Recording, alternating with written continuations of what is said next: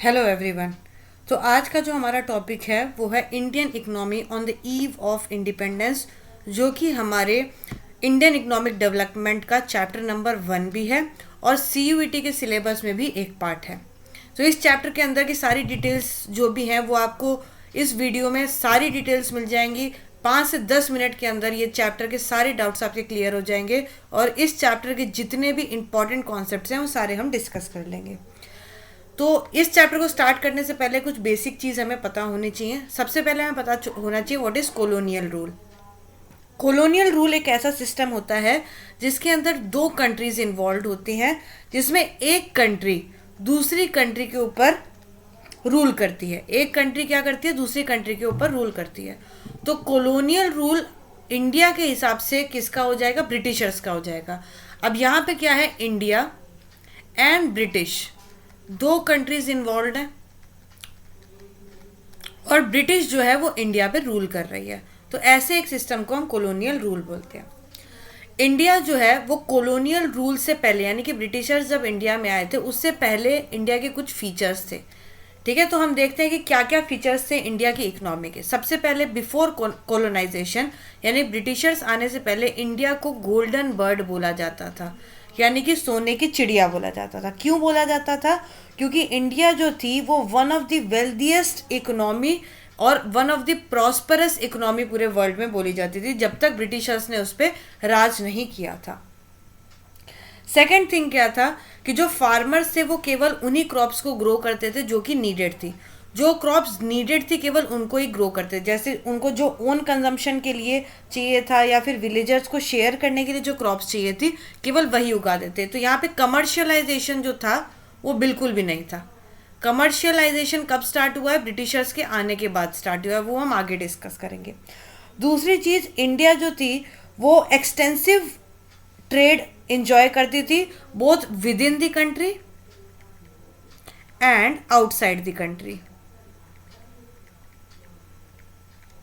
And last, India was an independent, self reliant and prosperous economy. तो ये features कब के हैं? ये फीचर्स उस टाइम के हैं जब इंडिया ब्रिटिशर्स के रूल के अंडर नहीं थी, यानी कि बिफोर कॉलोनाइजेशन के हैं।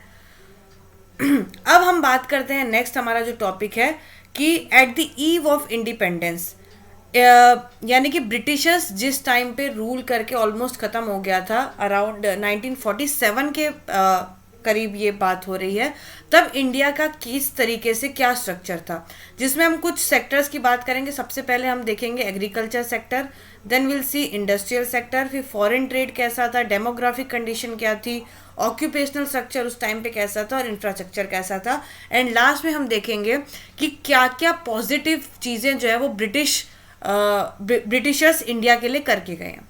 सबसे पहले हम बात करते हैं एग्रीकल्चर सिस्टम की। तो eight the eve of independence agriculture system जो इंडिया का था वो मेनली डिपेंड करता था जमींदारी सिस्टम पे। अब ये जमींदारी सिस्टम क्या होता है? इसको हम बोलते हैं land tenure system. Land tenure system. इस सिस्टम के अंदर क्या होता है बेटा? इस सिस्टम के अंदर होता है जो फार्मर्स होते हैं, जो फार्मर्स होते हैं उनकी ओनरशिप किसको दे दी जाती है? फार्मर्स के जो लैंड की ओनरशिप होती है वो दे दी जाती है जमींदार्स को। और जमींदार क्या करते हैं? उन फार्मर से लगान वसूलते हैं। लगान मूवी आपने देखी होगी, उसमें देखा होगा कि ब्रिटिशर्स जो भी वहाँ विलेज के फार्मर्स होते हैं उनसे पैसे लेते हैं या फिर उनसे कुछ चीज़ें लेते हैं और तभी उनको वहाँ पे रहने को मिलता है। तो उस पर्टिकुलर चीज़ को जो वो पे करते थे उस टाइम के टैक्स को लगान बोला जाता है। ठीक है, तो जमींदारी सिस्टम के अंदर क्या होता था? अगेन जमींदारी सिस्टम के अंदर जो फार्मर्स की ओनरशिप थी लैंड की वो जमींदार्स को चलेगी। तो ये जमींदार कौन होते थे? ये वो लोग होते थे जिनको ब्रिटिशर्स अपॉइंट करते थे और ये जमींदार इन फार्मर्स से लगान वसूलते थे और सारा का सारा जो बेनिफिट है वो ब्रिटिशर्स को दे देते थे। नेक्स्ट आता है कमर्शियलाइजेशन ऑफ एग्रीकल्चर। जैसा भी मैंने आपको थोड़ी देर पहले बताया था कि कॉलोनाइजेशन पीरियड के पहले जो इंडियन फार्मर्स थे वो वही चीज़ उगाते थे जो उनको नीडेड थी, यानी कि ओन कंजम्पशन के लिए। लेकिन जब ब्रिटिशर्स रूल आए तब वो क्या करने लगे? उन्होंने कैश क्रॉप्स को उगाने के लिए बहुत ज़्यादा बहुत ज़्यादा उन्होंने उस पर प्रेशर किया था कि कैश क्रॉप्स को उगाया जाए, और फार्मर्स को कैश क्रॉप उगाने पे ज़्यादा पैसे मिलते थे। तो ऑब्वियसली फार्मर अगर सर्वाइव करना चाहता है तो कैश क्रॉप्स को ही उगाएगा। तो इस तरीके से क्या हो गया था, कैश क्रॉप्स उगाना शुरू हो गए थे। सेल्फ कंजम्पशन के लिए क्रॉप्स कम उगाए जा रहे थे, कैश क्रॉप ज़्यादा उगाए जा रहे थे। अब कैश क्रॉप क्या होते हैं, कैश क्रॉप जैसे कॉटन हो गया, देन जूट हो गया, इंडिगो हो गया, ये सब कैश क्रॉप्स बोले जाते हैं। ठीक है, ओन कंजम्पशन के लिए जो होते हैं, जो कि होते हैं बेचने के लिए। अब ये तीनों चीज़ें मेनली कौन यूज़ कर रहा था, ब्रिटिशर्स यूज़ कर रहे थे, ब्रिटिश इंडस्ट्री यूज़ कर रही थी। तो रॉ मटेरियल उनको एग्रीकल्चर से मिल रहा था बहुत ज़्यादा। नेक्स्ट आते हैं low level of productivity. Low level of productivity में कि जो फार्मर्स जो चीज़ उगा रहे थे वो एक्चुअली में जितने हेक्टर स्केल पे उगनी चाहिए उससे कम उग रही थी। अब इसमें क्यों ऐसा हो रहा था, क्योंकि इरिगेशन फैसिलिटी अच्छी नहीं थी, फर्स्ट पॉइंट। अगर इरिगेशन फैसिलिटी अच्छी होती तो क्रॉप्स भी अच्छे से होते। Then technology was very low, low technology थी।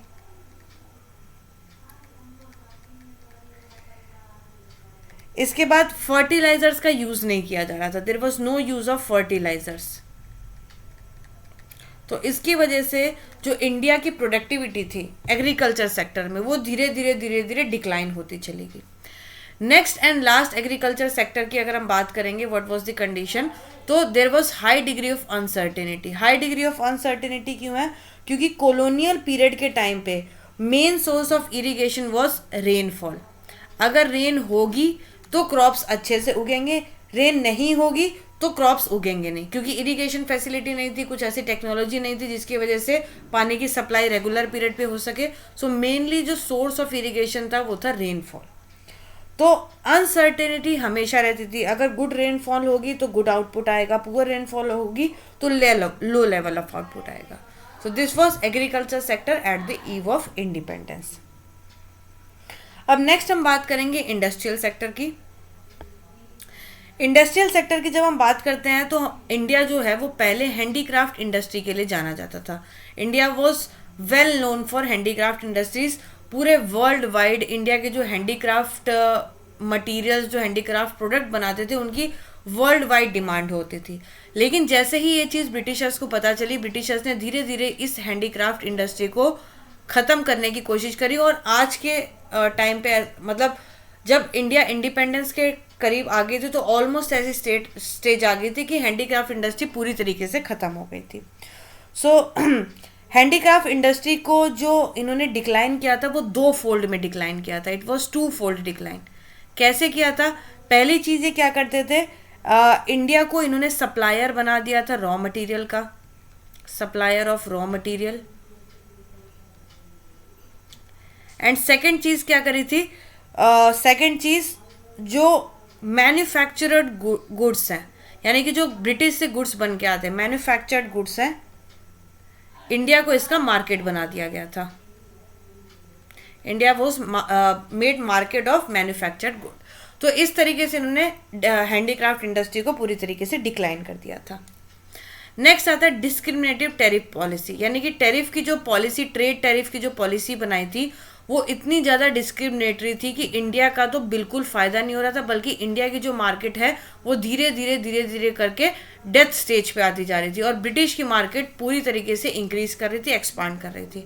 तो ये पॉलिसी क्या थी, पहली चीज़, कोई भी रॉ मटेरियल्स जो इंडिया से जाने वाले थे इनमें कोई भी रिस्ट्रिक्शन नहीं लगाया था, और इंडिया में जितनी चीज़ आ रही थी यानी कि इंपोर्ट हो रही थी इसमें हैवी ड्यूटी लगा दी थी। क्या कर दिया था, इसमें बहुत ही ज़्यादा हैवी टैक्सेस लगा दिए थे। और अगर कोई भी रॉ मटेरियल इंडिया को एक्सपोर्ट करना है ब्रिटेन को तो टैरिफ फ्री कर दिया गया था। There was no tax involved in exporting the raw materials from India to British, and heavy duty was placed on the export of Indian handicraft product, due to which the Indian handicraft industry started losing its pride and place। तो ये handicraft industry का भी एक ये कारण था कि tariff policy इस तरीके से बनाई गई थी कि हैंडीक्राफ्ट इंडस्ट्री जो है वो डिक्लाइन करती चली गई थी। नेक्स्ट आया competition from machine made products. अभी ये point and lack of capital good industry, इन दोनों को हम साथ में समझेंगे।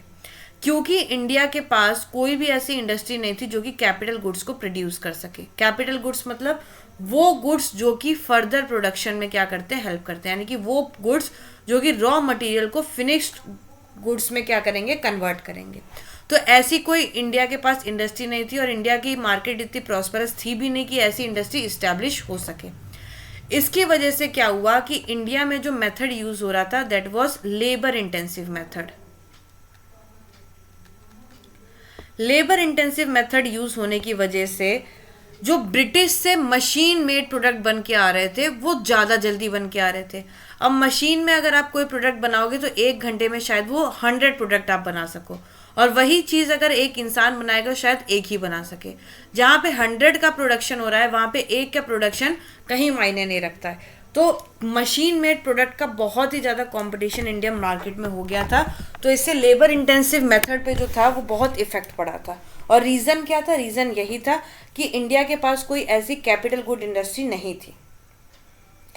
नेक्स्ट आता है change in pattern of demand.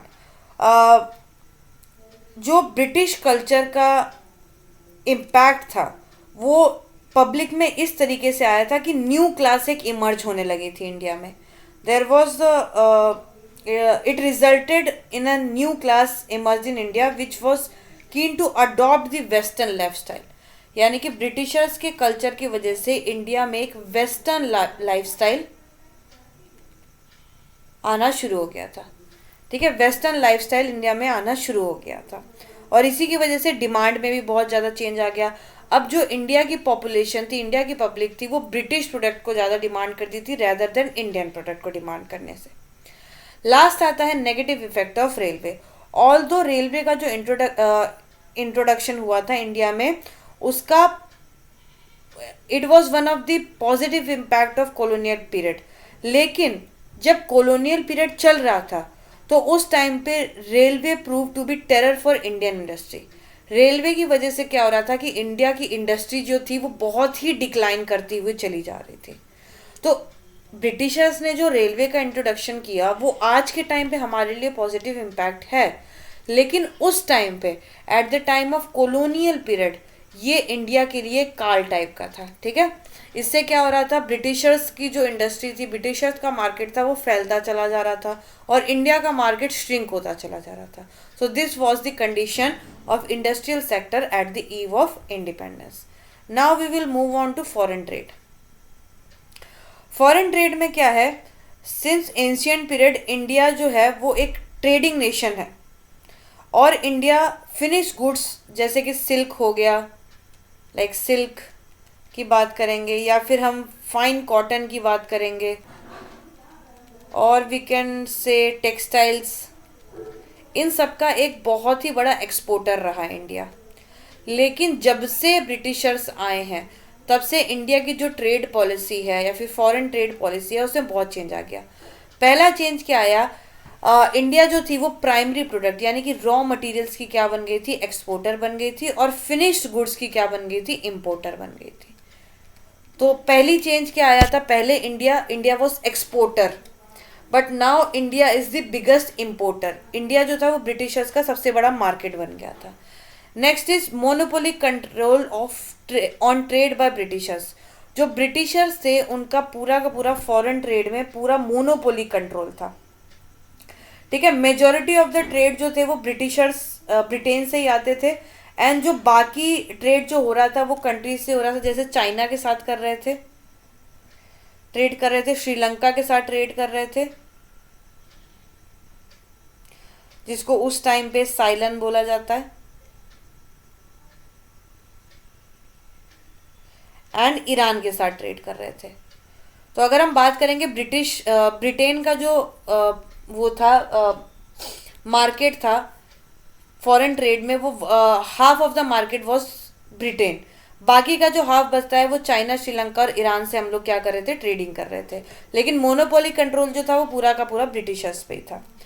इसी टाइम पीरियड के मतलब जब कॉलोनियल पीरियड चल रहा था उसी टाइम पीरियड पे एक इंट्रोडक्शन हुआ था स्वेज कैनाल का। वेरी इंपॉर्टेंट पॉइंट है, ये आप नोट कर लेंगे तो आपके लिए ज़्यादा ठीक रहेगा। ऊपर से हम हटा देते हैं इसको। स्वेज कनाल, वेरी इंपॉर्टेंट पॉइंट, ये कोई कॉम्पिटिटिव एग्जाम में भी आपको पूछा जा सकता है, सीयूईटी के पॉइंट ऑफ व्यू से तो बहुत ही इंपॉर्टेंट पॉइंट है, स्वेज कैनाल क्या है। सो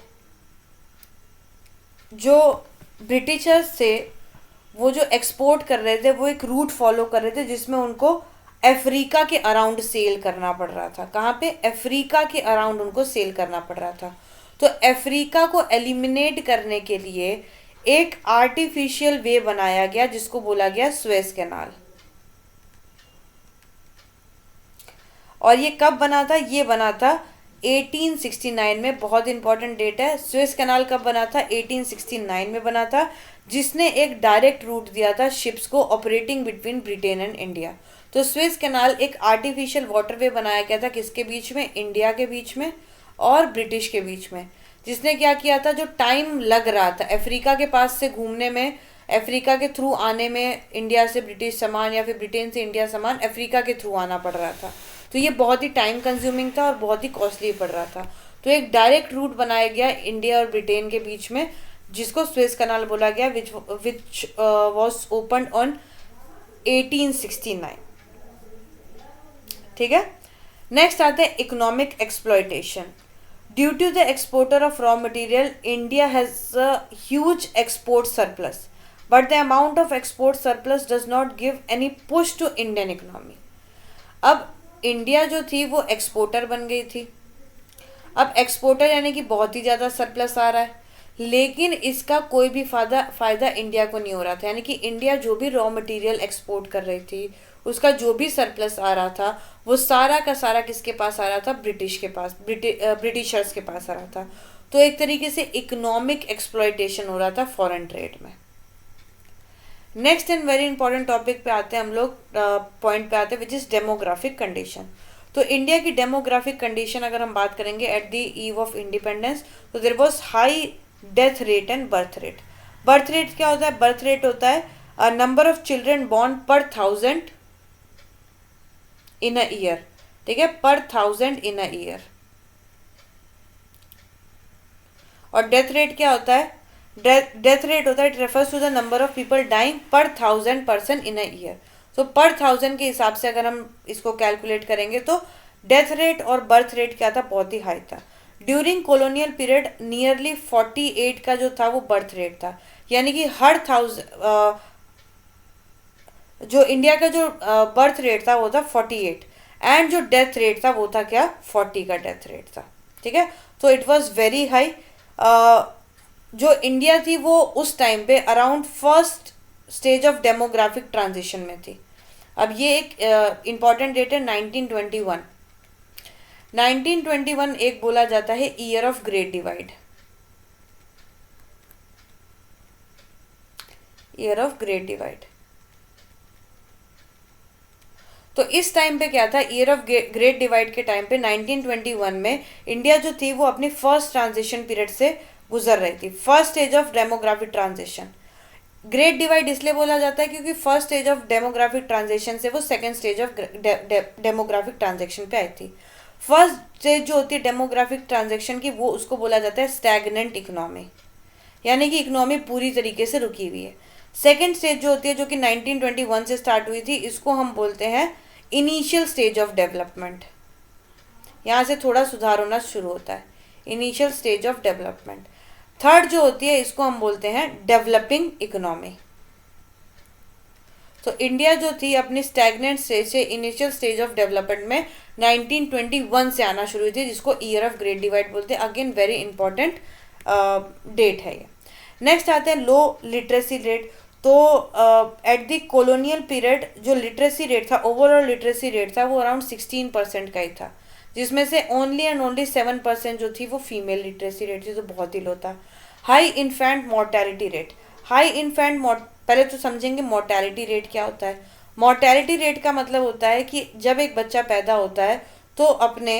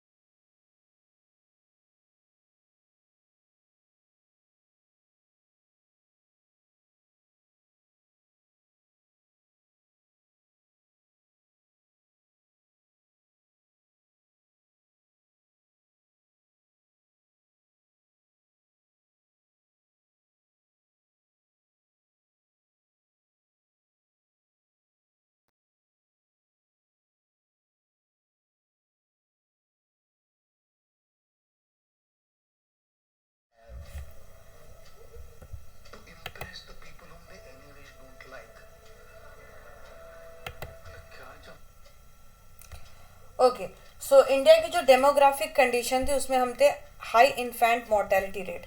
तो पहले हम समझते हैं इन्फेंट मोर्टेलिटी रेट क्या होता है। तो इन्फेंट मोर्टेलिटी रेट का मतलब ये है कि अगर कोई बच्चा अपना 1 साल पूरा किए बिना मर जाता है पर 1000 के हिसाब से, तो उसको बोला जाता है इन्फेंट मोर्टेलिटी रेट। तो उस टाइम पे कॉलोनियल पीरियड के टाइम पे अराउंड 218 बच्चे, हर 1000 में से 218 बच्चे अपना 1 साल कंप्लीट किए बिना ही मर जाते थे। और रीज़न क्या था? रीज़न वो poor health facility. Health facility जो थी वो उस टाइम पे इतनी अच्छी नहीं थी और ना ही ब्रिटिशर्स कोई हेल्थ फैसिलिटी पे ध्यान दे रहे थे। हेल्थ फैसिलिटी इसलिए अच्छी नहीं थी, इसी की वजह से क्या था कि जो लाइफ एक्सपेक्टेंसी थी, यानी कि लोगों के जीने की एवरेज जो उम्र थी वो भी क्या थी? बहुत ही कम थी। उस टाइम पे अराउंड हम बात करें तो 32 ईयर्स तक की एवरेज एक आदमी जिंदा रहता था। वेरस अभी की हम बात करेंगे तो अभी अराउंड 68 टू 69 ईयर्स की एवरेज हमारी लाइफ एक्सपेक्टेंसी है इंडिया में। देन आता है high level of poverty. India में जो पॉवर्टी लेवल है वो बहुत ही ज़्यादा हाई है और कॉलोनियल पीरियड के टाइम पे इंडिया जो थी उसने बहुत ही एक्सटेंसिव पॉवर्टी को फेस किया था। Per capita income was very low. Overall standard of living of common people of India was very low. So this was demographic condition of India at the eve of independence. इसमें आपको main जो है वो year of great divide को याद रखना है, 1921 की डेट है अगर आप CUET के पॉइंट ऑफ व्यू से इस वीडियो को देख रहे हैं तो। नेक्स्ट आते हैं हम लोग ऑक्यूपेशनल स्ट्रक्चर पे। जब हम ऑक्यूपेशनल स्ट्रक्चर पे आते हैं तो उसको तो दो तरीके से डिवाइड किया जाता है। पहला आता है प्री डोमिनेंस ऑफ एग्रीकल्चर। जो कॉलोनियल गवर्नमेंट थी उसका मेन एम जो था इंडिया में as a exporter of raw material था। As a result around 72.7% of the population जो थी वर्किंग पॉपुलेशन वो एग्रीकल्चर पे डिपेंड हो गई थी, क्योंकि मेनली अगर ब्रिटिशर्स कहीं पे पैसा दे रहे थे इंडिया को तो वो केवल कमर्शियलाइजेशन कैश क्रॉप्स में दे रहे थे। तो जो वर्किंग पॉपुलेशन भी थी वो भी क्या हो रही थी? एग्रीकल्चर में कन्वर्ट होती चली जा रही थी। नेक्स्ट आता है unbalance growth. Growth of economy जो है वो बैलेंस तब बोली जाती है जब तीनों सेक्टर में बैलेंस हो, यानी कि primary, secondary and tertiary sector. But in case of Indian economy केवल जो प्राइमरी सेक्टर था वो मेन सोर्स ऑफ एम्प्लॉयमेंट था, where secondary sector and tertiary sector जो थे वो इनिशियल स्टेज ऑफ ग्रोथ में थे। तो इससे हम बोल सकते हैं there was unbalance growth of economy in India, क्योंकि तीनों सेक्टर का ग्रोथ हो ही नहीं रहा था। This was occupational structure. Last but not the least point पे हम आते हैं इंफ्रास्ट्रक्चर। तो कॉलोनियल पीरियड में कंडीशन ऑफ इंफ्रास्ट्रक्चर जो थी वो कैसी थी? अब इंट्रोडक्शन जो था वो रेलवे का कॉलोनियल पीरियड में ही हुआ था 1850 में। ये भी डेट बहुत इंपॉर्टेंट है। 1850 में रेलवे का इंट्रोडक्शन हुआ था इंडिया में, जिसने क्या किया था? जियोग्राफिकल एंड कल्चरल बैरियर्स को एक तरीके से ख़त्म कर दिया था। ऑल्दो रेलवे का जो मोस्टली बेनिफिट है वो ब्रिटिशर्स को हुआ था कॉलोनियल पीरियड में, बट अब के टाइम पे हम लोग देखेंगे यानी कि पोस्ट कॉलोनियल पीरियड में देखेंगे तो इंडिया के लिए एक पॉजिटिव पॉइंट है ये। नेक्स्ट आते हैं रोड। कंस्ट्रक्शन ऑफ रोड जो था ड्यूरिंग कॉलोनियल पीरियड वो लिमिटेड था। वो केवल कहाँ पे था? जहाँ पे ब्रिटिशर्स को क्या होता है, जहाँ पे ब्रिटिशर्स की इंडस्ट्रीज थी वहीं पे केवल रोड की फैसिलिटी थी, बाकी जगह पे कोई भी रोड की फैसिलिटी नहीं थी। प्राइमरीली उनका जो इंटरेस्ट था वो क्या था कि हमारी जो आर्मी है उसको हमको शिफ्ट करना है, तो या फिर हमको अपने रॉ मटेरियल्स को शिफ्ट करना है। तो जहाँ जहाँ पे आर्मी का डिप्लॉयमेंट था, जहाँ जहाँ से रॉ मटेरियल लेके आने थे वहाँ पे रोड की फैसिलिटी थी, बाकी जगह पे कोई भी ऐसा ध्यान नहीं दिया गया था। Next is air and water veg. Colonial government जो थी, ब्रिटिशर्स गवर्नमेंट, उन्होंने काफ़ी स्टेप्स उठाए थे पोर्ट्स बनवाने के लिए, एयर ट्रांसपोर्ट करने के लिए, बट जो डेवलपमेंट था it was far from satisfactory major of development. So ज़्यादा इसमें डेवलपमेंट नहीं किया था। Last one is communication. During colonial period post Telegram,